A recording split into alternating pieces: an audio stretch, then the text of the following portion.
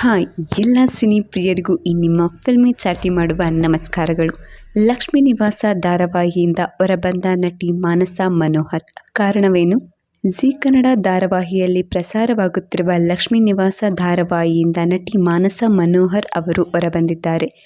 ನೀಲು ಪಾತ್ರದಲ್ಲಿ ನಟಿಸಿ ಜನಪ್ರಿಯತೆ ಪಡೆದುಕೊಂಡಿದ್ದ ನಟಿ ಈ ಬಗ್ಗೆ ಸಾಮಾಜಿಕ ಮಾಧ್ಯಮದಲ್ಲಿ ಮಾಹಿತಿ ಹಂಚಿಕೊಂಡಿದ್ದಾರೆ. ಮಾನಸ ಮನೋಹರ್ ಅವರು ಧಾರಾವಾಹಿಯಿಂದ ಹೊರಬರಲು ಒಂದು ಕಾರಣವಿದೆ.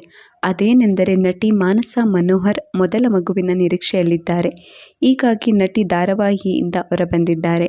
ಕೊನೆಯ ದಿನದ ಚಿತ್ರೀಕರಣದಲ್ಲಿ ಭಾಗಿಯಾಗಿದ್ದ ನೆನಪನ್ನು ನಟಿ ಇನ್ಸ್ಟಾಗ್ರಾಂನಲ್ಲಿ ಹಂಚಿಕೊಂಡಿದ್ದಾರೆ.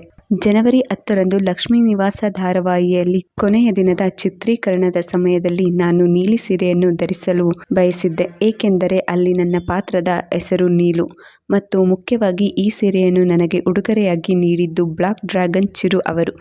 ಲಕ್ಷ್ಮೀ ನಿವಾಸ ಚಿತ್ರೀಕರಣದ ಸಮಯದಲ್ಲಿ ನನ್ನ ಸಹಾಯಕರಾಗಿ ಬಂದವರು.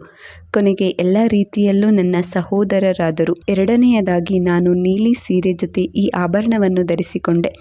ಅದು ಧಾರಾವಾಹಿಯಲ್ಲಿ ನಾನು ಭೇಟಿಯಾದ ಅಂಜಲಿ ಅಮ್ಮ ನೀಡಿದ ಉಡುಗೊರೆ ಮತ್ತು ನಾವು ಸಹ ನಟಿಯರಿಗಿಂತ ಹೆಚ್ಚಾಗಿ ಕುಟುಂಬಸ್ಥರಾಗಿದ್ದೇವೆ.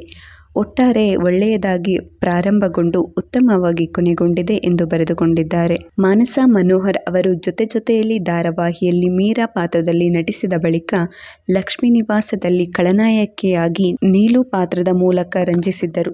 2024ರಲ್ಲಿ ಉದ್ಯಮಿ ಪ್ರೀತಮ್ ಚಂದ್ರ ಎಂಬುವರ ಜೊತೆಗೆ ಎರಡನೇ ಮದುವೆಯಾಗಿದ್ದರು.